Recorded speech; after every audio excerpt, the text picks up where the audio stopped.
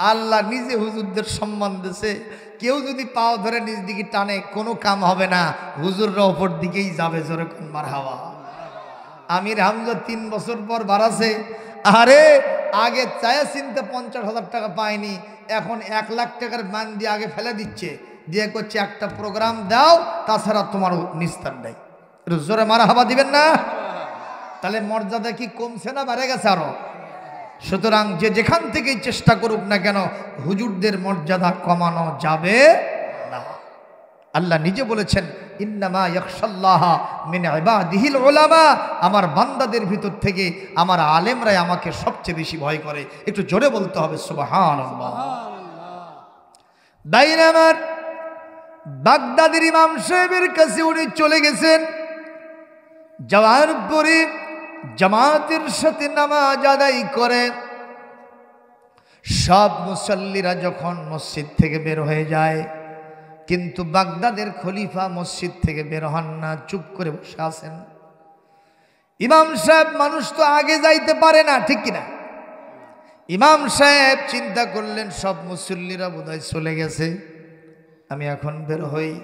উনি ওজিফা শেষ করে আস্তে করে যখন বের হয়েছেন, পিছন ফিরে তাকায় দেখেন মসজিদের ভিতরে আর একজন মুসল্লি আছেন।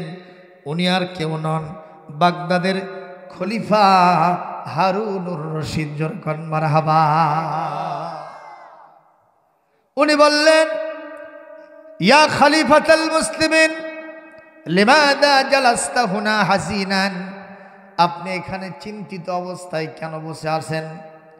সঙ্গে সঙ্গে উনি বলতেছেন, আমার একটা বিরাট চিন্তা মাথার ভিতরে চেপেছে, এর সমাধান সকল বিজ্ঞানী, কবি, সাহিত্যিক, ডাক্তার, ইঞ্জিনিয়ারের কাছে গেছি, উকিল, মুক্তার, জজ, ব্যারিস্টার, কেউ আমার সমাধান দিতে পারে নাই। আপনার কাছে সমস্যা নিয়ে আসলাম। বলে কি সেটা? সমস্যা হলো ফজর পরে বাসায় গেছি, দরজা খোলাও সারা, বিবিরে সালাম দিলাম, বিবি আমার সালাম জবাব দিয়া বলল, যতই নামাজ পড়ো আমি দেখতে পাচ্ছি তুমি জাহান্নামী। এই ইমাম সাহেব, বিবির এই কথাটা আমার কলিজার মধ্যে সেল ঢুকে দিয়েছে। সত্যি কি আমি জাহান্নামী না জান্নাতি? আমি কোথাও থেকে সমাধান পাই নাই, আপনার কাছে কি কোনো সমাধান আছে নাকি? ইমাম সাহেব আস্তে করে চক্ষু বন্ধ করলেন, বললেন, হুজুর, ও জাহাপনা খলিফাতুল মুসলিমিন, আপনাকে আমি একটা প্রশ্ন করব, যদি সেই প্রশ্নের জবাব ঠিক মতো দিতে পারেন আমি তখন বলবো আপনি জান্নাতি না জাহান্নামী। উনি বলছেন, কি সেই প্রশ্ন? প্রশ্ন হলো, আপনার জীবনে কোনো জায়গায় কোথাও কোনো নারী পাল্লাই পড়ে গেছিলেন, কোনো জেনা ব্যভিচার হতে যাচ্ছিল, হঠাৎ করে মহান আল্লাহর ভয় আপনার কলিজার ভেতরে জেগে গিয়েছিল, আপনি এই গুনাহে কবিরায় জেনা ব্যভিচার এই বালিল্লাহ অপরাধে আপনি লিপ্ত হন নাই, আল্লাহর ভয়েতে ওখান থেকে আপনি ছুটে চলে গেছেন আল্লাহর দিকে, আর তার দিকে আপনি কখনো তাকান নাই। এরকম কোনো ঘটনা আপনার জীবনে কি কোনোদিন ঘটেছিল? ইমাম সাহেবের এই কথা শুনে বাদশা আস্তে করে চক্ষু বন্ধ করলেন, সঙ্গে সঙ্গে বলছেন, ও ইমাম সাহেব, জীবনে এই কথা আমি কাউরে বলি নাই, যেহেতু আপনি আমাকে টার্নিং পয়েন্টে আঘাত দিয়েছেন, আমি কথাটা না বলে পারছি না। আমি যখন তাগড়া যুবক মানুষ, 25 বছর আমার বয়স, মাথা থেকে পা পর্যন্ত শিরাই উপশিরাই যৌবনের রক্ত আমার টকবক টকবক করতে থাকে। এই মুহূর্তে আমি চোখ ধাঁধানো, মোর মাথানো পোশাক পরিচ্ছদ পরে রাস্তাঘাটে হাঁটাচলা করতাম। একদিন হঠাৎ করে রাস্তার ভিতরে একজন মহিলা মানুষ, যুবতী ষোড়শী মহিলা, মাথা থেকে পা পর্যন্ত, তার চেহারা দেখলে কখনো অন্যদিকে চোখ ফিরানোর মন চায় না। এরকম এক যুবতী মহিলা না পরার মতোই পোশাক পরে উলঙ্গিনী বেহায়াপনা অবস্থায় এসে আমার সামনে দাঁড়ায় বলে, এই যুবক, তুমি এই রাস্তা দিয়ে নিত্যদিন হাঁটো, তোমার সাথে ডানে বামে সামনে পেছনে লোকজন থাকে, আমি তোমার সাথে দেখা করতে পারি নাই, ওই জানলার পাশে থেকে আমি তোমাকে দেখি, আমি তোমাকে ভালোবাসি, আমি তোমাকে প্রেম, আমার অন্তরের ভিতরে তোমাকে আমি প্রেম করি, তোমাকে আমি তোমার আশিকা, আর তুমি আমার মাশুক, তোমার কাছে আমার জীবন যৌবন আজকে উপহার দিতে এসেছি, কারণ এই মুহূর্তে তোমার সাথে কোনো মানুষজন নাই, আমি একাকিত্বে তোমার সামনে হাজির হয়ে গেছি। তুমি আমাকে ব্যবহার করো যেমন ইচ্ছা, আমার কোনো অবজেকশন থাকবে না। একটু জোরে কি নাউজুবিল্লাহ বলা যায় না? এই কাম করা যাবে না? এ জোরে কোন যাবে না? কিন্তু আমাদের দেশে এইরকম কাম হয় না? হয় না? কম না বেশি? পেপার পত্রিকায় যা আসে, ধর্ষণ কেস প্রত্যেক দিন গড়ে প্রায় 15টার মতো হয় গোটা দেশে। আজকে দৈনিক করতা পত্রিকা আজকেই যেটা হয়েছে আপনি পড়ে দেখবেন কতগুলো ধর্ষণ কেস। এটা তার সাংবাদিকদের নজরে যেগুলো আছে সেগুলো কথা কয়। আর বিভিন্ন গ্রাম বাংলায় বিভিন্ন হোটেলে মোটেলে বাগানে গার্ডেনে বিভিন্ন 4 স্টার 5 স্টার হোটেলে লাল পানি খেয়ে কে কার সাথে কি মাতামাতি করতেছে এগুলো কি আছে? এজরকম এগুলো কি পেপার পত্রিকায় আসে? এগুলো আসে না। আমি আজকেই বলছি, এই মুহূর্তে বগুড়া শহরে যদি পুলিশ বাহিনী, র্যাব বাহিনী সমস্ত হোটেল মোটেলগুলোতে রেড দেয়, কসম আল্লাহর শত শত জেনা ব্যভিচার ধরা পড়বে। একটু জোরে বলেন কথা ঠিক না ঠিক? অথচ এগুলো সম্পূর্ণ হারাম, বিবাহ বহির্ভূত অবৈধ সম্পর্ক। ইসলাম এটাকে জেনা বলে থাকে। জোরে কোন ঠিক না ঠিক? এই জোরে বলেন কথা ঠিক না ঠিক? সুতরাং এই জেনা করা তো দূরের কথা, এর ধারে কাছেও যাওয়া যাবে না, নিষেধকার। কোরআনে কারীম সূরা বনী ইসরাইল আয়াত নম্বর 32 এখনই আমি রিলে করে আপনাদের সামনে শোনায় দিচ্ছি। ওয়ালা তাকরাবুজ জিনা ইন্নাহু কানা ফাহিশাতাও ওয়া সাআ সাবিলা। একটা জোরে মারহাবা দিতে পারেন না? একটা জোরে আল্লাহু আকবার হয় না? আল্লাহ পাক বলেন জিনা করা তো দূরের কথা, জিনার নিকটবর্তীও হওয়া যাবে না। জিনার নিকটবর্তী হওয়া কি? এই যে কলেজ ক্যাম্পাসে একটা ছেলে একটা মেয়ে একা একা বসে থেকে গল্প করে, দেখা যায় না? হাঁটুর সাথে হাঁটু মিলায়া ঘাড়ের উপরে হাত দিয়ে, 14 গোষ্ঠীর মধ্যে কোনো সম্পর্ক নাই, অথচ এক ক্লাসে পড়ে। আমি আমার এক বন্ধুকে জিজ্ঞেস করছিলাম জিলক কলেজে যখন পড়ি, যে এই মেয়েটার সাথে তুমি এরকম মাতামাতি করো, তোমার কেউ হয়? কাজে এটি আসে পরিচয়। তাই আমি বললাম এরকম মাতামাতি করতেছো, বিয়ে শাদী হয়েছে? কয় এখনো চিন্তা ভাবনাই করি। এদিকে সব কাম শেষ, দরকার নাউজুবিল্লাহ। আমি জিজ্ঞেস করলাম তুমি কি এই মহিলাকে বিয়ে করবা? কয় কও কি, আমি যখন না থাকি তখন আরেকজনের সাথে এরকমই গল্প করে, তা আমি একে কখনো বিয়ে করব না। আমি বললাম তুমি কাকে বিয়ে করবা? কয় আমি এমন একটা মেয়েকে বিয়ে করব যে মেয়ের চেহারা জীবনে কোনোদিন কোনো পরপুরুষ দেখে নাই। আমি তখন কলাম কানার ভাগ্যে ধন মেলে না রে। কথা কন ঠিক না বেঠি? তোর চরিত্রের খবর নাই আর তুই জান্নাতি হুর পরিচাস, তোর লজ্জা থাকা দরকার। জোরে কন ঠিক না বেঠি? সুতরাং মা বোনদেরকে আমি বলবো, আপনি যত খোলামেলা চলবেন আপনার দাম তত কমে যাবে। তাও ঠিক জোরে কয় না বাবা? হ্যাঁ, খোলামেলা চলা মানে সেলা কলা। সেলা কলা কেউ ফিরিয়ে দিলেও খায় না, কারণ ওতে মশা পড়ে, মাছি পড়ে, ডাস্টবিনের যত ধুলো আবর্জনা ময়লা এসে ওর উপরে পড়ে যায়। ঠিক না বে ঠিক?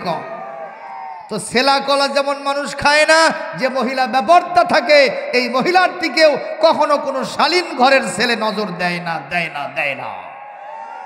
এই জন্য মা বোনদের পর্দা বাউন্ড করে দিতে হবে, জাতীয় সংসদ থেকে বিধান কায়েম করতে হবে। এটা আমার আল্লাহর বিধান। জোরে বলুন ঠিক তবে ঠিক। বলবেন হুজুর কোথায় আছে? সূরা আহজাবের 33 নম্বর আয়াতে আছে। আমি এই মুহূর্তে তেলাওয়াত দেব, একটু জোরে আল্লাহু আকবার বলবেন। وقرنا في بيوتكن ولا تبرجن تبرج الجاهلية الأولى। পৃথিবীর নারীর জাতিরা খবরদার খবরদার, তোমরা জাহালতের যুগের ওই সমস্ত মূর্খ তামাশাচ্ছন্ন জাতির মহিলাদের মতো উলঙ্গিনী বাহাপনা করে আটো সাটো পাতলা ফিনফিনা কাপড় করে রাস্তাঘাটে অফিসে আদালতে হাটে বাজারে বিভিন্ন জায়গায় মটেলে বাগানে গার্ডেনে বিভিন্ন জায়গায় তোমরা ঘুরে বেড়াও না তোমরা বাড়ির ভিতরে অবস্থান করো। যদি বাইরে যাওয়া দরকারি হয়ে থাকে চিকিৎসার জন্য অথবা পড়াশোনার জন্য অথবা আত্মীয় স্বজনের কাছে অথবা বাড়িতে পুরুষ মানুষ নাই চাকরি করা দরকার অথবা বাড়িতে পুরুষ মানুষ নাই বাজার করা দরকার, যদি যাওয়া দরকার হয় আমি আল্লাহর বিধান হলো বোরখা পরে হিজাব পরে যেতে হবে। বিধানকার আপনারা আমাকে জবাব দিবেন। সোনার ছুরি আর লোহার দা এই দুইটার মধ্যে দাম কোনটার বেশি? সোনার ছুরির দাম বেশি আর লোহার দায়ের দাম কম, কিন্তু কাজ বেশি কোনটার? একটু জোরে বলতে হবে। লোহার দা দিয়ে যা করা যাবে সোনার ছুরি দিয়ে তা করা যাবে। আপনি 3 লাখ টাকা দিয়ে গরু কিনছেন কুরবানির জন্য, চিন্তা করলেন এত দামের গরু সোনার ছুরি দিয়ে হাড্ডিগুলো থরব, হাড্ডির আগে আপনার ছুরিটাই থুরে যাবে, কথা কয় না। ওটার জন্য কি দরকার? লোহার দা দরকার। আমি কি বুঝাইলাম? মা বোনেরা সব জায়গায় গিয়ে মাতামাতি করবেন না, আপনাদের দ্বারা সব কাজ হবে না, যেটা পুরুষের দাম আর পুরুষের দ্বারা সম্ভব হবে। কথা বলে না বাবা, তার মানে আপনারা ওনাদেরকে আগে দেবেন নাকি? ভাইরা আমার এইবার শোনেন, বাগদাদের কেন্দ্রীয় জামে মসজিদের ইমাম বললেন, খলিফা হারুনুর রশিদ বন্ধ করলেন কেন? কথা বলেন। এই মুহূর্তে যুবতী নারী যখন আপনার সামনে চলে এসেছে তখন আপনি কি করেছেন? উনি তখন বললেন, এই মহিলা যখন আমার সামনে অর্ধলুঙ্গিনী হয়ে আমার সামনে সেজে গুজে এসেছে, আমার নফস বলছে আমি আমার খোরাক পেয়ে গেছি, আর দেরি করো না, তার ব্যাপারে তোমার সিদ্ধান্ত চূড়ান্ত হওয়া দরকার। তাকে নিয়ে একটা ঘরের ভেতরে ঢোকো অথবা একটা হোটেলে যাও, মটেলে যাও, বাগানে যাও, গার্ডেনে যাও। আমার নফস এই কথা বলতেছে, কিন্তু আমার রুহু বলতেছে খবরদার, উইদাউট ম্যারেজ সিস্টেম, কোনো প্রকারের বিবাহ শাদী হয় নাই, এই মহিলা তোমার জন্য কখনো হালাল হতে পারে না। তুমি তার দিকে লোলুপ দৃষ্টিতে তাকানো সারা তোমার জেনার গুনাহ হওয়া সারা, কতক্ষণ ঠিক না বেঠিক? হস্ত ধারণ করা তোমার জেনার গুনাহ হওয়া সারা। আর যদি তুমি তার সাথে মাতামাতি করো তুমি একজন জেনাকার পুরুষ হয়ে যাবা। আর সঙ্গে সঙ্গে রুহের কথা আমার মনের ভিতরে জেগে গেল। আর কোরআনে কারীম সূরা বনী ইসরাঈলের 32 নম্বর আয়াতটা আমার সামনে এসে গেল, ওয়ালা তাকরাবুজ জিনা ইন্নাহু কানা ফাহিশাতাও ওয়া সাআ সাবিলা। এইটা শোনাও সারা, দেখাও সারা। আমি ওই মহিলার সাথে একটা সেকেন্ড আর থাকি নাই, তাকে 2 পায়ে লাথি মেরে গুড়িয়ে ওখান থেকে বিদায় করে দিয়া আমি আমার আল্লাহর দিকে ছুটে এসেছি। বাগদাদের ইমাম সাহেব বলতেছেন, ও খলিফা, এটা যদি সত্যি আপনি আমলের ভিতরে নিয়ে এসে থাকেন, এটা যদি আপনি সত্যি বাস্তবায়ন করে থাকেন, আমি আমার আল্লাহর নামে শপথ দিয়ে বলছি, ওয়াল্লাহি বিল্লাহি তাল্লাহি, বারবার শপথ দিয়ে আল্লাহর নামে বলছি, আপনি কখনো জাহান্নামী না, জাহান্নামী না। আপনার জন্য জান্নাত তো আছেই, একটা না, আপনার জন্য আল্লাহ পাক 2টা জান্নাত রেডি করেছে। আরো জোরে কোন সুবহানাল্লাহ, একটু জোরে বলেন সুবহানাল্লাহ। এইবার হুজুর সাহেব এই ফতোয়া দেওয়াও সারা বাগদাদের ইমাম সাহেব বলতেছেন, বিশ্বাস হয় না? বলে হ্যাঁ বিশ্বাস হয়। দলিলটা পাইলেন কোথায়? তখন তিনি সূরা আর রহমানের এই 46 নম্বর আয়াতটা শোনায় দিয়েছেন। আমার সাথে সবাই পড়বেন, যদি পারেন কেউ মুখ বন্ধ করে থাকবেন না, যারা পারেন না মুখে মুখে একটু চেষ্টা করবেন, তেলাওয়াতের সওয়াব দিয়ে দিবেন কে? পড়েন সবাই, ওয়ালিমান খাফা মাকাম রাব্বিহি জান্নাতান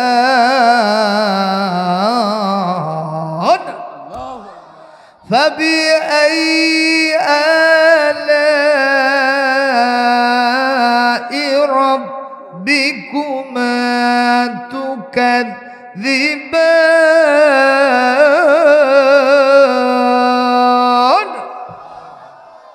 আরো জোরে।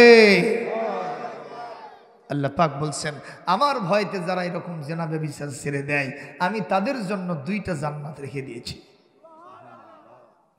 এখন ইমাম সাহেব ফতোয়া দেওয়ার পরে খলিফা সাহেব কি এখন বেজান না খুশি? খালি বগল বাজায় আর বাড়ির দিকে যায়, যে দরজায় নক মারছে জোরে সরে, বিবি দরজা খুলে দিয়াই দেখে আবার হাসতেছে। সালাম কালাম হওয়ার পরে বলতেছে, আজকে আগের তুলনায় একটু বেশি খুশি লাগতেছে, ঘটনা কি? কয় যে, এ জুবাইদা, তোমার ফতোয়া ঠিক না। বাগদাদের কেন্দ্রীয় জামে মসজিদের ইমাম সাহেব আমাকে কোরআন থেকে ফতোয়া দিয়েছে, আমি 2টা জান্নাতের অধিকারী। সুবহানাল্লাহ। কাল কোয়েন ভাই তালি হবে, আরো জোরে মারে। তখন বউ বলতেছে, তুমি কি জন্য 2টা জান্নাত পাইলা? কয় যে, আমি সেটা তো কব না। তুমি গতকাল আমাকে যেরকম কওনি, আজকে আমিও তোমাকে বলবো না। কথা কোন ঠিক না বেঠি? তো এখন বিবি আর স্বামী সম্পর্ক খুব গাঢ় না? একটু জোরে কর না কেন? রাতের বেলায় যখন বিছানায় শয়ন করবেন, হুন্না লিবাসুল লাকুম ওয়া আনতুম লিবাসুল লাহুন্না, স্বামী স্ত্রীর সম্পর্ক হবে খুবই গাঢ়। একে অপরের পোশাক যেরকম শরীরের সাথে লেগে থাকে, বিছানায় শোয়ার পরে স্বামী স্ত্রীর মাঝখানে কোনো জায়গা ফাঁকা রাখা যাবে না। ওখানে আরেকজন শুয়ে থাকবে, যার নাম হলো মিস্টার ইবলিস, শয়তান। কথা কয় না বারে? এখন এই শয়তান মাঝখানে যদি জায়গা পায়, ওই বিবিকে টেঙ্গুল দিয়ে কবে যে, তোমার স্বামী যখন অফিসে থাকে কার সাথে কথাবার্তা কয়, লেটকি ফেটকি করে তুমি জানো? ওই যে পার্সি আর একটা ম্যাডাম বসে থাকে, তার সাথে তার সম্পর্ক আছে। মনের ভিতরে কুলু ঢুকায় দেয়। কথা কয় না কেন? এখন স্ত্রীটা ওদিকে একেবারে পৃষ্ঠ প্রদর্শন করে ওদিকে চলে গেছে। আবার স্বামীরে বলতেছে, তুমি যখন ব্যবসায় থাকো, তুমি যখন চাকুরিতে থাকো, বিদেশে থাকো, তোমার বিবির দেওরের সাথে সম্পর্ক। এইটা যখন তারে টেঙ্গুল দেয়, আস্তে করে কুলু সৃষ্টি করে দেয়, তখন স্বামী ওই বিছানা ত্যাগ করে আরেকটা ঘরে চলে যায়। কথা কন ঠিক না বে ঠিক? এই শয়তান পৃথিবীতে স্বামী স্ত্রীর বন্ধন যদি বিনষ্ট করতে পারে, শয়তানের ষড়যন্ত্র সফল হয়ে যায়। জোরে কন ঠিক না বে ঠিক? আমরা শয়তানকে সফল হতে দেব না। স্বামী স্ত্রীর সম্পর্ক ভালো হতে হবে। বলবেন যে হুজুর কেমনে ভালো হবে? রাসূলুল্লাহর সুন্নাত দিয়ে ভালো হবে ইনশাআল্লাহ। জোরে বলেন। আমার মা আয়েশা সিদ্দিকা রাদিয়াল্লাহু তাআলা আনহা বলেছেন, আমাদের ঘরের ভিতরে কোনো দৌলত ছিল না।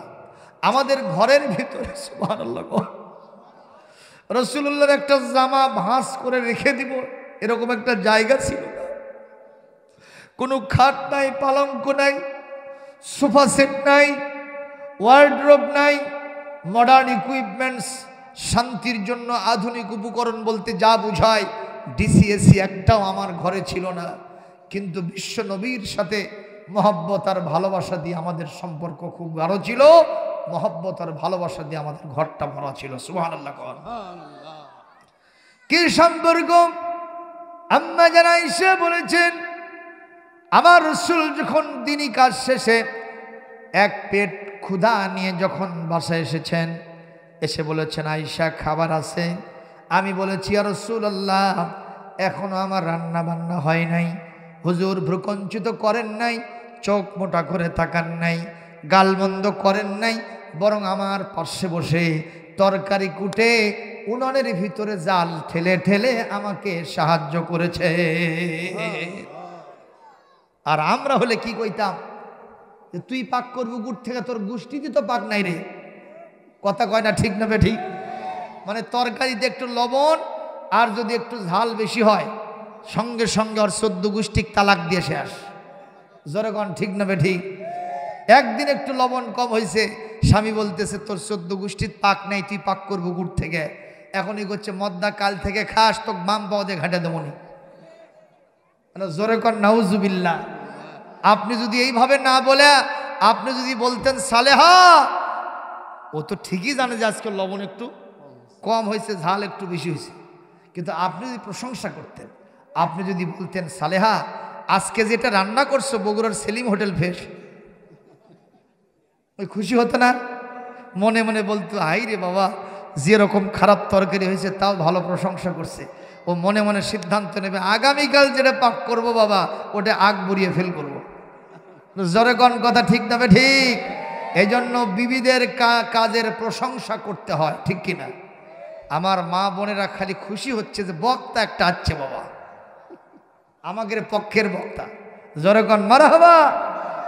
মা বোনদেরকে একটু উপরে উঠাই দিলাম। অধিকার আছে না নাই?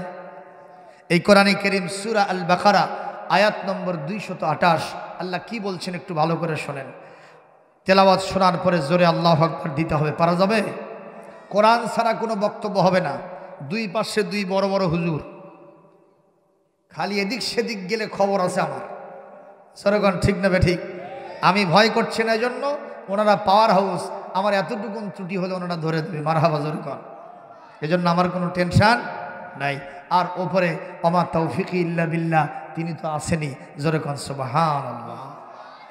ওয়ালাহুন্না মিসলুল্লাযী আলাইহিন্না বিল মা'রুফি ওয়ালিররিজালি আলাইহিন্না দারাজা ওয়াল্লাহু আজিজুন হাকীম।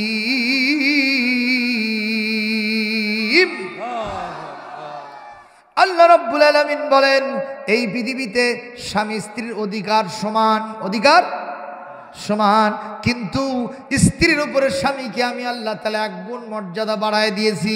একটু জোরে কি সুবহানাল্লাহ বলবেন না? অধিকার সমান।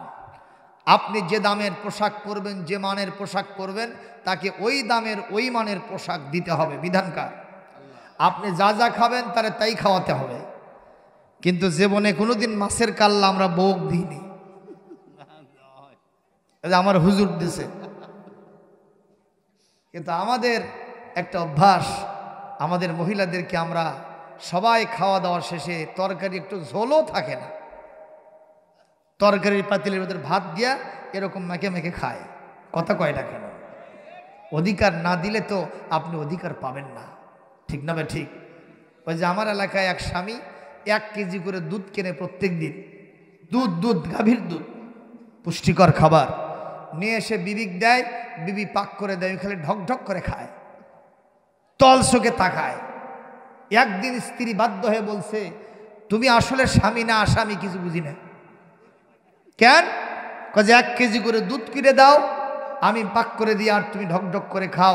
কোনোদিন এক ঢক তো খাইতে বললে না। কয় সকিনা থাম থাম, হামিয়ানা ঠিক হইলি।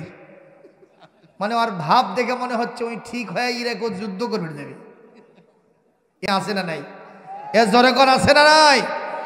স্ত্রী চাইছে হিল, ওই মারছে কিল। স্ত্রী চাইছে শাড়ি, ওই মারছে লাঠি দিয়ে বাড়ি। এই ধরনের স্বামী মার্কা স্বামী হলে স্বামী স্ত্রীর সম্পর্ক ভালো হবে? অবশ্যই তাকে অধিকার দিতে হবে। জোরে বলেন সুবহানাল্লাহ। আমার আম্মা জান আয়েশার রিপোর্ট একটু শুনে নেন, বিবি আর স্বামীর ভিতরে কেমন সম্পর্ক হতে হবে। আম্মা জান আয়েশা বলেন, এই ছেলেরা চুপচাপ, খবরদার, কোরআনের আলোচনায় খবরদার এদিক সেদিক করার চেষ্টা করবো না। Attention please, back to the point, এদিকে তাকাও। আমার আম্মা জান আয়েশা বলেছেন, একদিন গভীর রাত্রিতে আমার নবী আমাকে বললেন, আয়েশা চলো, সবাই তো ঘুমান্ত, আমরা দুইজনে একটু মরুভূমির ভিতরে পায়চারি করি। আমার হুজুরের সাথে আমি চলে গেলাম। মেঘমুক্ত আকাশ, চাঁদনি রাত্রিতে। আমি বললাম, ইয়া রাসূলুল্লাহ, ইয়া হাবিবাল্লাহ, আকাশে অগণিত অসংখ্য তারকারাজি, আপনার সাহাবীদের ভিতরে এমন কি কেউ আছে উম্মতের মধ্যে আকাশের তারকার সমতুল্য নেকি কারু আছে? আমার নবী বললেন, আয়েশা, আমার একজন সাহাবীর আকাশের তারকার চাইতেও বেশি নেকি আছে। আম্মা জান আয়েশা মনে মনে ভাবলেন, আমার বাপ ছাড়া আর কি হবে? মানে বিবিরা চায় যে আমার বাপের প্রশংসা হোক, কথা কয় না। আম্মা জান আয়েশা আশার সঞ্চার করছেন, আমার আব্বা আবু বকরের নাম হুজুর বলবেন। আম্মা জান আয়েশা বলেন, হুজুর কে সেটা? হুজুর বলছেন, আয়েশা শোনো না, তোমার মন খারাপ হবে। নবী তো জানেন, কি বলেন ঠিক না বেঠিক? বলে, ইয়া রাসূলুল্লাহ, কে সেটা? আমার নবীজি বললেন, আয়েশা যদি মন খারাপ না করো বলি। বলে বলেন। বলে, আমার এক স্ত্রী আছে যার নাম হাফসা। কি নাম? এই হাফসার বাপ বলাও সারা, আম্মা জান আয়েশার মন বেজার হও সারা। সতীনের বাপের নাম কসে, কথা কয় না। এইবার হুজুর বললেন, ওমরের নাম বলাতে তোমার মন খারাপ হলো কেন? বলি, ইয়া রাসূলুল্লাহ, হাবিবাল্লাহ, আমি জানি আমার আব্বা আপনার একান্ত সাথী। সুখের দিনও আব্বা থাকেন, বিপদের দিনও আব্বা আপনার সাথে থাকেন। এমনকি যেদিন হিজরত করেছিলেন কেউ ছিলেন না, আমার আব্বাই তো আপনার সাথে ওই ইসগারের সুরে আপনার সাথে একটা খারাপ পরিবেষ্টিত একটা গুহার ভিতরে আপনাকে আমার আব্বাই সবচেয়ে বেশি সঙ্গ দিয়েছিলেন। আমার মন বলছিল আমার আব্বার নাম বলবেন, তা না বলে আপনি ওমরের নাম কেন বললেন? বলে, আয়েশা রে, মন খারাপ করো না, ওমরের অবস্থান ওমরের জায়গা আছে, তোমার আব্বাজির মর্যাদা আলাদা মর্যাদা, আলা দরজার মর্যাদা। বলে, সেটা আবার কেমন? তোমার আব্বা যান এক রাত্রিতে যত নেকি করেছে, ওমরের সারা জীবনের নেকি এক রাত্রির নেকি দিয়া সব ডুবায়া যাবে। সেই রাত কোনটা? হিজরতের সময়। হেরা কেন? গারে সুরে। সেখানে বিশ্বনবী সাল্লাল্লাহু আলাইহি ওয়াসাল্লাম হযরত আবু বকর সিদ্দিক রাদিয়াল্লাহু তাআলা আনহুকে নিয়ে ঢুকে পড়লেন। হযরত আবু বকর বলেন, ইয়া রাসূলুল্লাহ, আপনি একটু পরে আসেন, আমি গুহাটাকে আগে সাফ করে নিই। গুহাটা সুন্দর করে সাফ করলেন। দেখা গেল অনেকগুলো গর্ত, খুদ। উনি ওইগুলো গর্ত পূরণ করলেন। নিজের গায়ের জামাটা ছিঁড়ে ছিঁড়ে সবগুলো পূরণ করে দিলেন গর্ত খুদগুলা। দেখা গেল একটা খুদ আর বন্ধ করা গেল না। উনি চিন্তা করলেন, আমার রসুল আমার উপরে মাথা দিয়ে একটু ঘুমাবেন, আমি আমার পা দিয়ে চেপে ধরে থাকবো, তাতে যা আছে কপালে হবে কাল সকালে। জোরে কোন সুবহানাল্লাহ। হুজুরকে ডাকলেন, হুজুর তাশরিফ নিয়ে আসলেন। বললেন, ইয়া রাসূলুল্লাহ, বড্ড কষ্ট হয়েছে আপনার, এত বড় পাহাড় বেয়ে বেয়ে উপরে উঠেছেন, আপনি এই মুহূর্তে একটু রেস্টে যান, একটু আরাম ফরমান। বলে, কোথায়? বলে, আমার উরুর উপরে মাথা দিয়ে আপনি ঘুমাতে থাকেন, যতক্ষণ আপনি ঘুমাবেন আমি কখনো ঘুমাবো না, আপনাকে আমি সঙ্গ দিব। জোরে কোন সুবহানাল্লাহ। আল্লাহ রসুল যখন ঘুমায় আসেন, বলেন তো শত্রুপক্ষ কি পেছনে আসে না? নাই। পেছনে তো দূরের কথা, মাথার উপরে, ঠিক না ঠিক? এই অবস্থায় কি ঘুম ধরে? কিন্তু রসুলুল্লাহকে ঘুম ধরেছে, কারণ রসুলুল্লাহ জানেন আমার কেউ অনিষ্ট করতে পারবে না। আল্লাহু ইয়াসিমুকা মিনান নাস ওয়া কাফাইনাকাল মুস্তাহজিইন। আল্লাহ পাক বলেছেন, এই পৃথিবীতে আপনার বিরুদ্ধবাদী শক্তিকে দেখে নেওয়ার দায়িত্ব আমি আল্লাহ নিজে গ্রহণ করেছি। সুবহানাল্লাহ। সুতরাং রসুলের কোনো টেনশন নাই। হযরত আবু বকর বলেন, আমি যেই গর্তটা পা দিয়ে চেপে ধরেছিলাম, একটা বিষধর সাপ বের হওয়ার জন্য চেষ্টা করেছে, বের হতে পারে নাই, আমার পায়ের ওপরে দংশন করে দিয়েছে।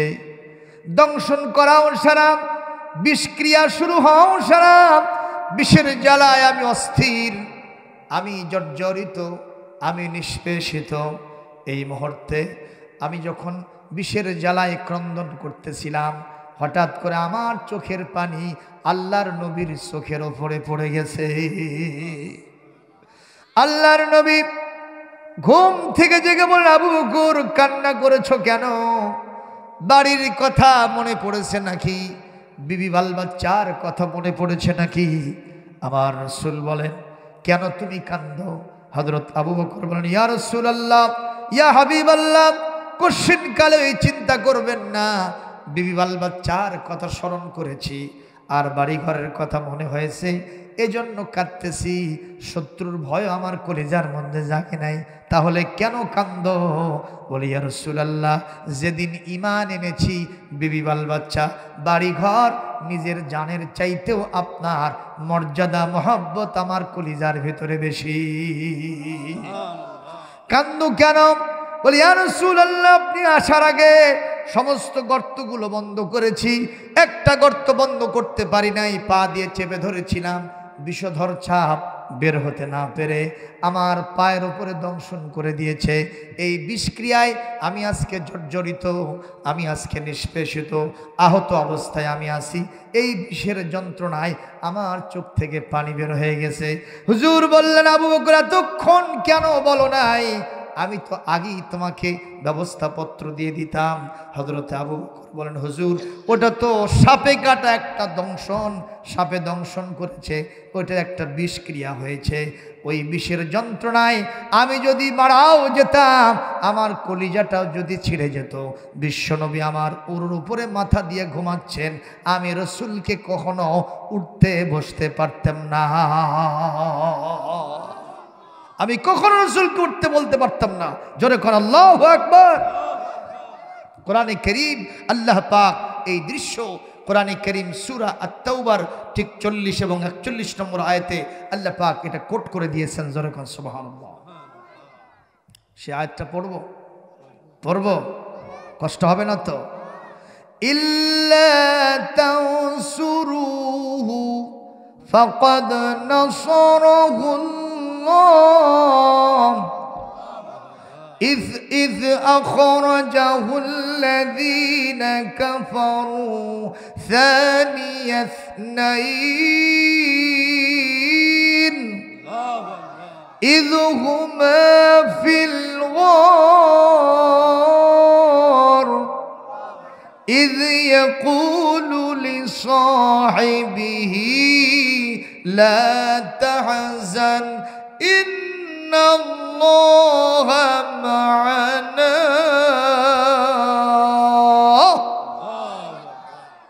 আরো জোরে, আরো জোরে। আল্লাহ পাক বলেছেন সেখানে আবু বকরের কি ভূমিকা ছিল।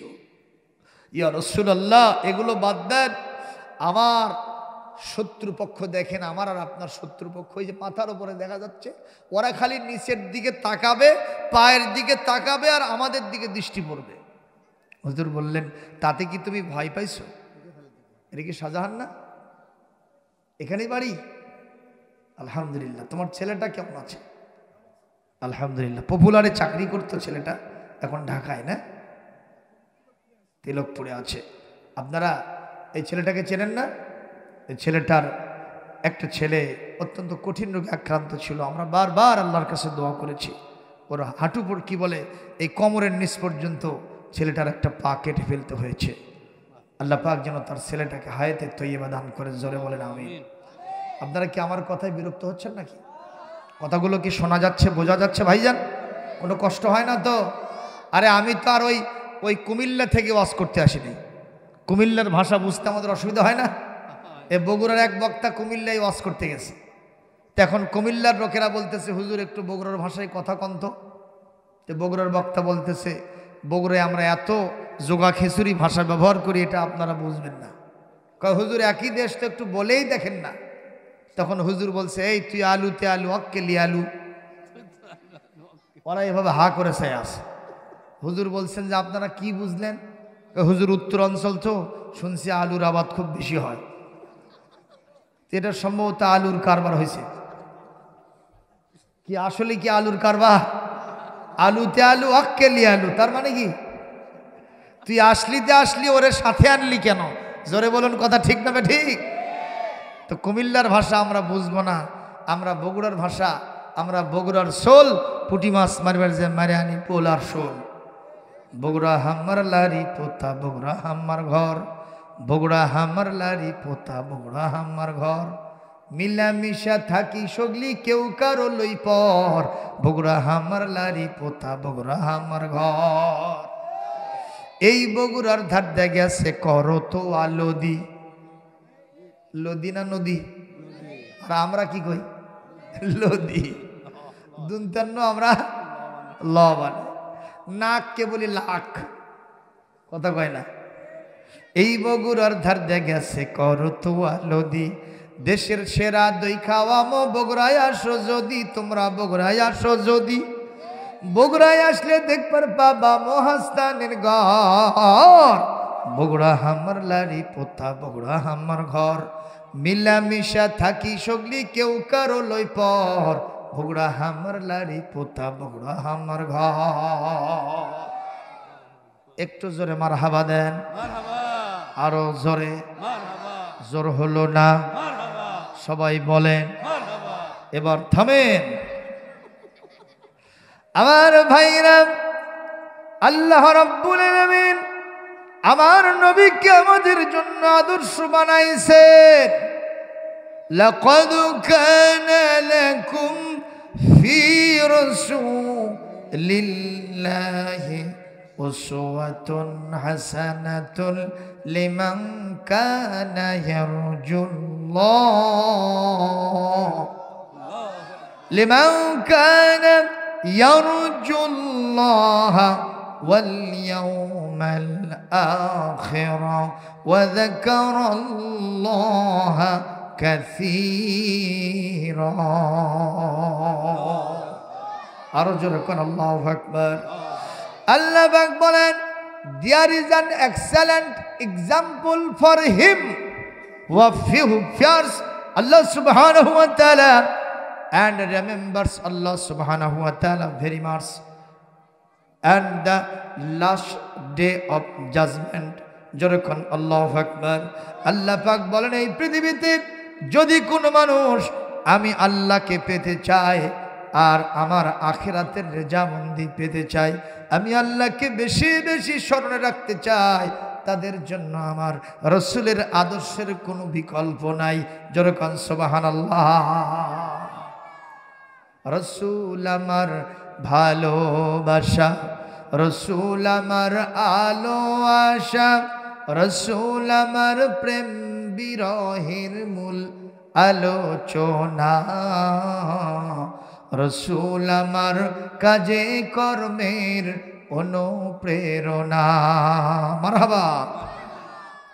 যখন দারুণ দুঃখ নামে আমার জীবন জুড়ে, বিপদ আপদ মুসিবতে মরি পুড়ে পুড়ে, মারহাবা কর, তখন তোমার শৈশব কৈশোর দেয় যে সান্ত্বনা,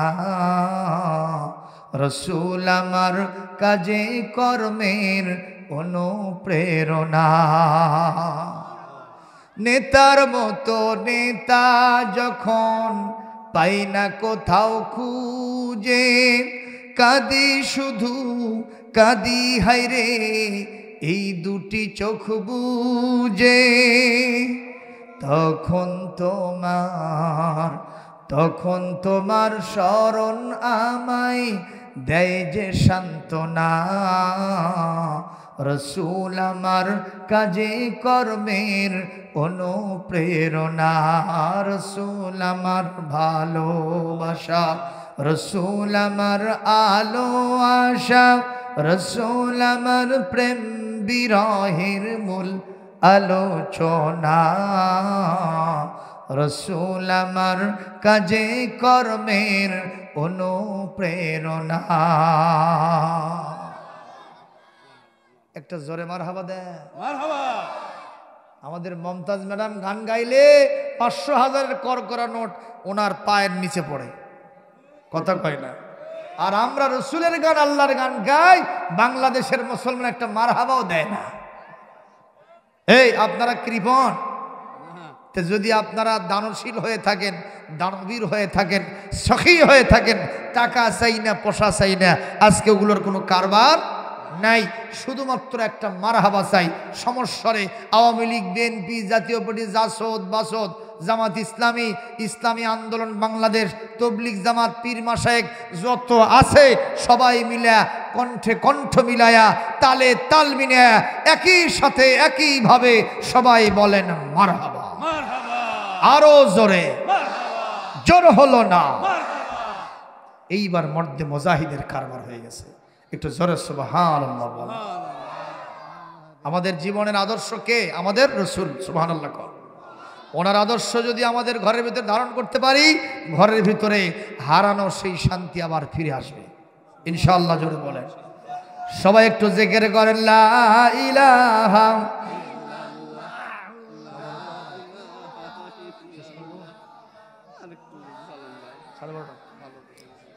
লা ইলাহা সুবহানাল্লাহ আলহামদুলিল্লাহ আসিয়া খেলে প্রেমের খেলা, ফেরাউন দিল তারে কতই জ্বালা, হাতে পায়ে তারকে মারে তবু সারেন নাই এক আল্লাহ লা ইলাহা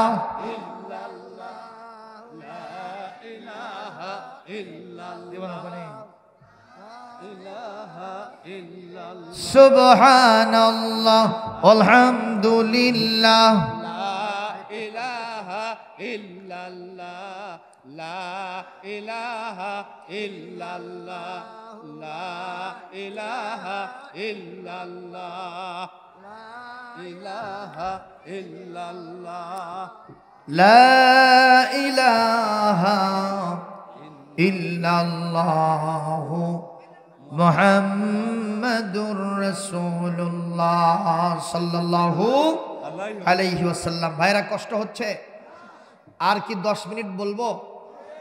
শুনবেন সবাই? দেখি কারা কারা শুনবেন না।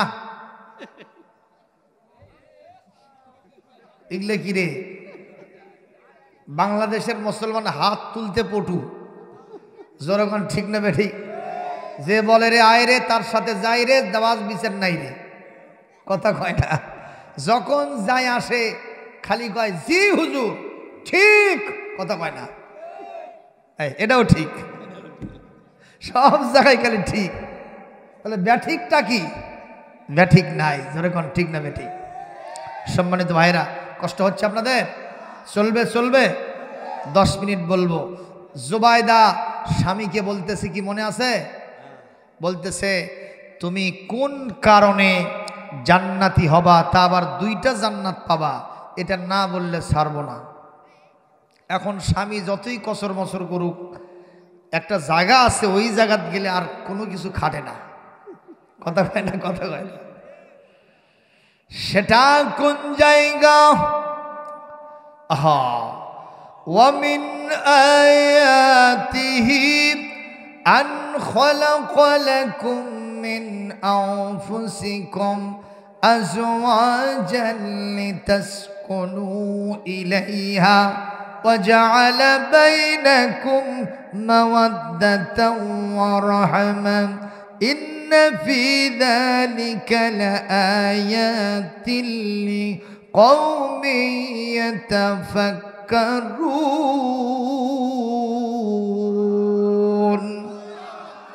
সূরাতুর রুম 21 নম্বর আয়াত। আল্লাহ পাক বলছেন, মেয়ের বাড়ি হলো বগুড়ায়, ছেলের বাড়ি হলো চিটাগাঙে। ভাষার বেশ কম আছে না? কথা কয় না। খাবারের ভিতরে রুচির আলাদা কিছু ব্যাপার স্যাপার আছে না? বগুড়ার ছেলের, বগুড়ার মেয়ের যা যা পছন্দ, চিটাগাঙের ছেলের তা পছন্দ নাও হতে পারে। জীবনে কোনো পরিচয় নাই। আল্লাহ পাক বলেন, মাত্র একটা রাত্রি অতিবাহিত হয়ে গেছে, দুইজন একই বিছানায়। পরের দিন সকালবেলা এই ছেলেটা যদি আক্রান্ত হয় কিংবা মেয়েটা যদি আক্রান্ত হয়, একে অপরের জন্য জান দিতেও পরোয়া করে না। জোরে কোন সুবহানাল্লাহ। আল্লাহ পাক বলেন, এই যে ভালোবাসার মহব্বত, এটা আমি আল্লাহ তাদের ভিতরে পয়দা করে দিয়েছি। এটা নিয়ে চিন্তা করলে যারা নাস্তিক, আমি আল্লাহকে বিশ্বাস করো না, এর ভিতরে তাদের নিদর্শন আছে। জোরে কোন সুবহানাল্লাহ। আমার ভাইরা, এই কারণে বাগদাদের খলিফা হারুন বলতেছেন, কোন কারণে আমি জান্নাতে যাব আমি সেটা বলবো না। জুবাইদা বলে, তুমি না বললে আমি ছাড়বও না। রাতের বেলায় আমি তোমাকে কোনো টাইম দেব না। তাহলে কায়দা হবে না বেকায়দা হবে? এই জায়গাতে গিয়া এমন একটা টাইম চলে আসে, বিবি যদি স্বামীর থেকে সব কিছু লিখে দিতে চায়, সব কিছু লিখে দিতেও স্বামী পরোয়া দ্বিধা বিবোধ করে না। কথা বলেন ঠিক না বেঠিক? এই মুহূর্তে অন্দরমহলে মাস্টার রুমের ভিতরে ওয়াইফ অ্যান্ড হাজব্যান্ড দুইজনে মিলে যখন প্রেম নিবেদন চলতেছে, হঠাৎ করে জুবাইদা বলেই ফেলেছে, স্বামীরে আপনি যত কথাই বলেন বাগদাদের খলিফা হন, আর যত বড় লেজিসলেটিভ পাওয়ার আপনার হাতে থাক না কেন, আপনার কাছে আমার এইটা একটা দাবি, কোন কারণে আপনি জান্নাতে যাবেন, তা আবার দুইটা জান্নাত পাবেন বলতেই হবে। তখন আস্তে আস্তে করে ভর ভর করে সবগুলো কয়ে ফেলতেছে। এই আমার জীবনে যখন আমি 25 বছরের তাগড়া যুবক ছিলাম, তখন আমার জীবনে এরকম একটা ঘটনা ঘটে গিয়েছিল। এই কথা বলাও সারা, তুমি তো আমার কথা শুনলা, এখন তুমি আমাকে বলো, তুমি আমাকে জাহান্নামী বলেছিলে কেন? বলে, আমি আগের থেকেই জানি আপনি জান্নাতি মানুষ, আপনি আমার মনের মতো স্বামী, স্বামী নামের আসামি আপনি না। জোরে কোন মারহাবা। তাহলে কেন আমাকে জাহান্নামী বলেছিলে?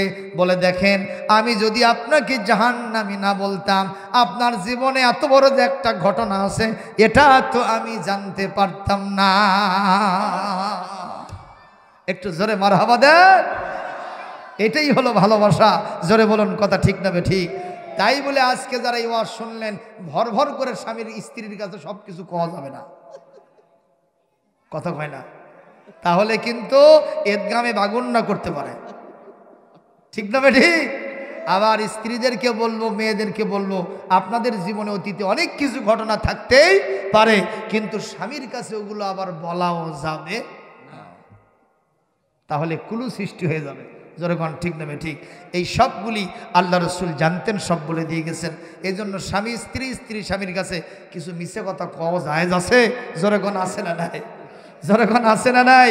যেমন আপনার হাতের অবস্থা খারাপ, এখন আপনি ঈদের শাড়ি কিনতে গেছেন, দেখেন যে 2000 টাকার নিচে শাড়িই নাই, অথচ টাকা আছে 500। যেরকম কত? তাহলে একটা শাড়িতে এখনো কত টাকা বাকি? 1500 বাকি। এখন আপনি 500 টাকা দিয়ে শাড়ি কিনে নিয়ে এসে বইয়ের মনের খুশির জন্য যদি 2000 টাকা কন, ইসলাম বলতেছে আপনার গুনাহ হবে না। জোরে কন সুবহানাল্লাহ। এই কায়দা শিখে দিলাম, একটু জোরে আল্লাহু আকবার দেন। মন খারাপ করতেছেন নাকি? আমার রসুল পাইলে নিরালাই, গো রসুল পাইলে নিরালাই, আমি 2 কদমে চুমো খাবো, চরণ ধুলি মাগবো গাই, পাইলে নিরালাই, গো রসুল পাইলে নিরালাই। মদিনা শরীফ বহু দূরে, লোহিত সাগরের পারে রে,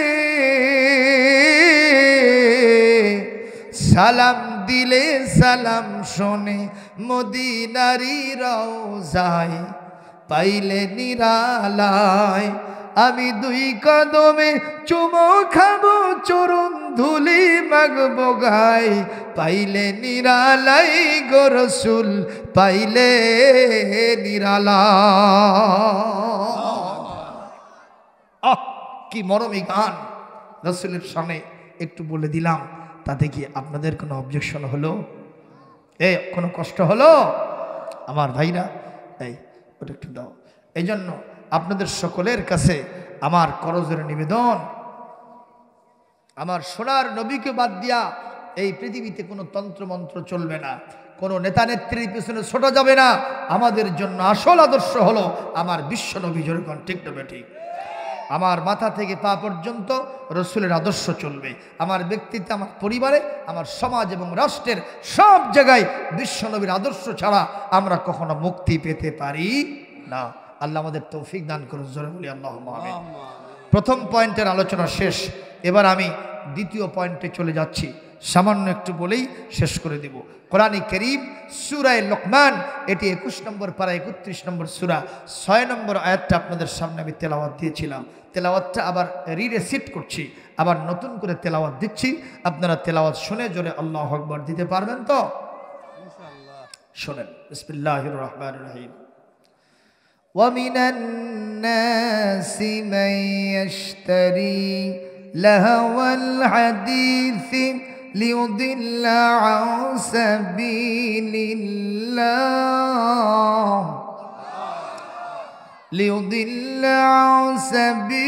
اللَّهِ بِغَيْرِ عِلْمٍ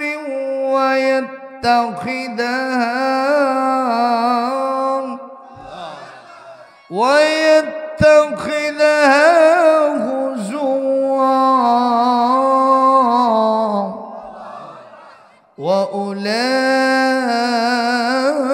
وأولئك لهم عذاب مهين।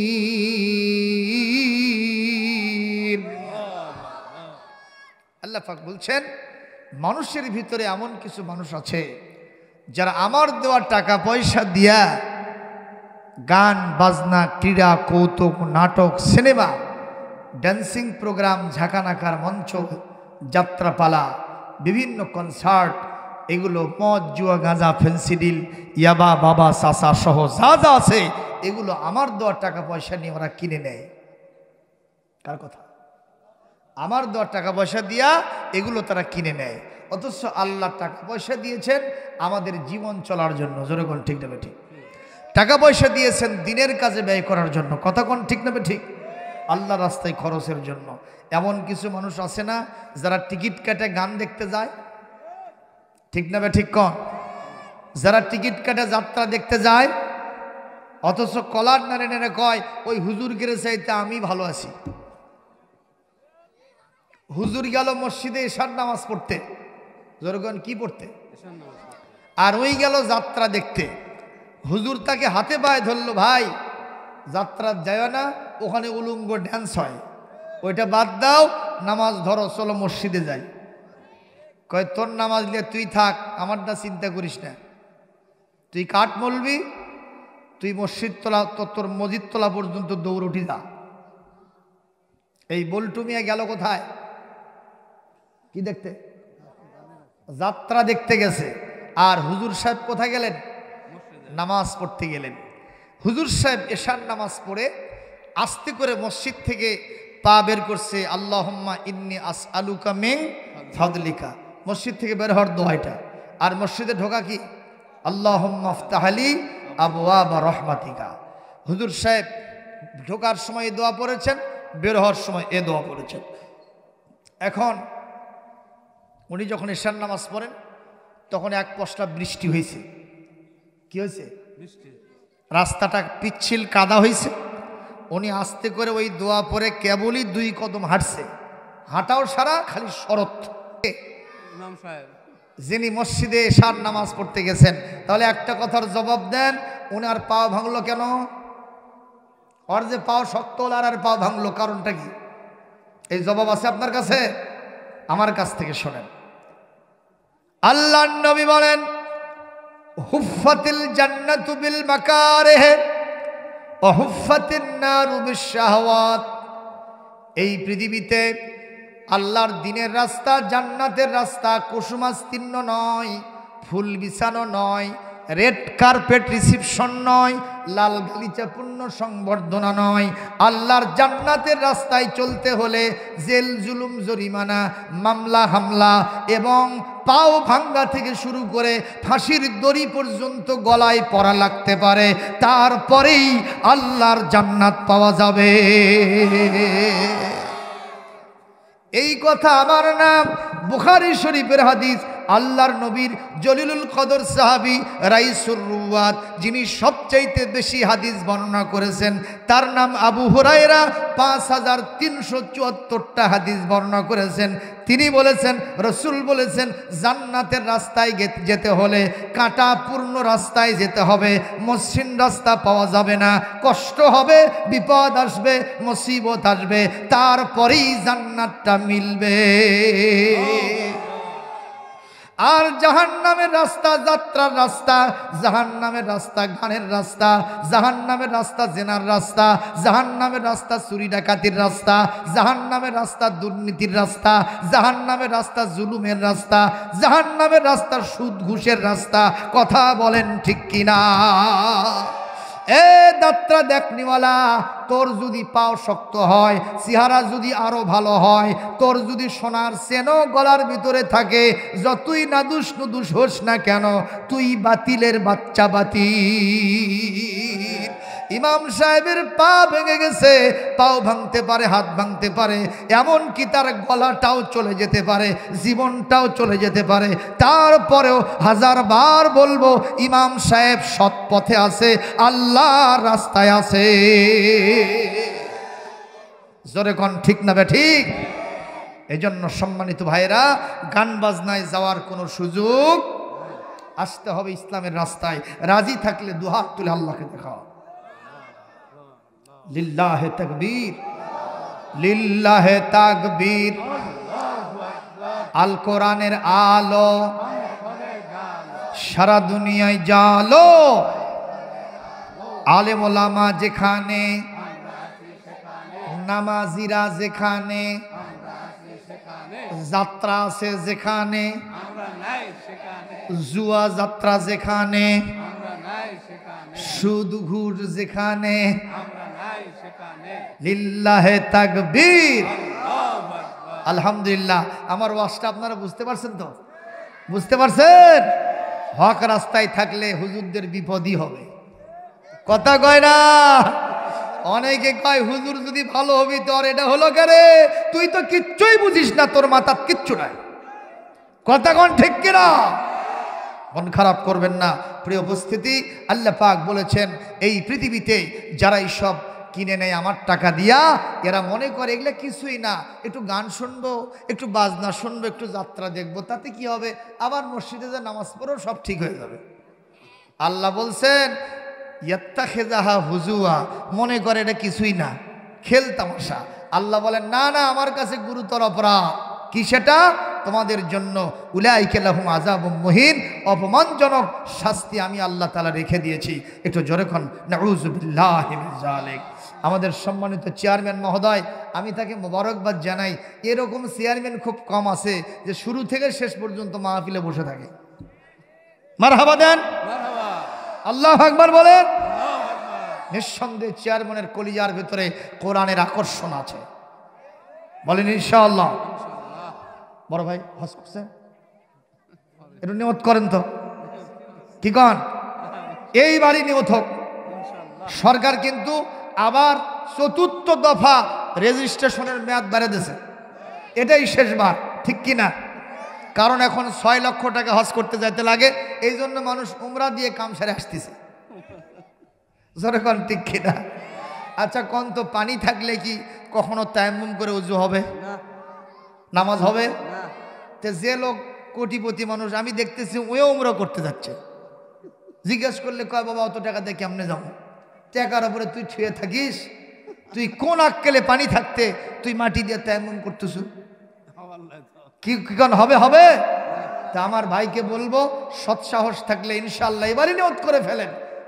জীবনের এই গতিপথ কখন কোন দিকে চলে যায়, আজ আসি কাল নাই। কথা বলেন ঠিক না বেঠি?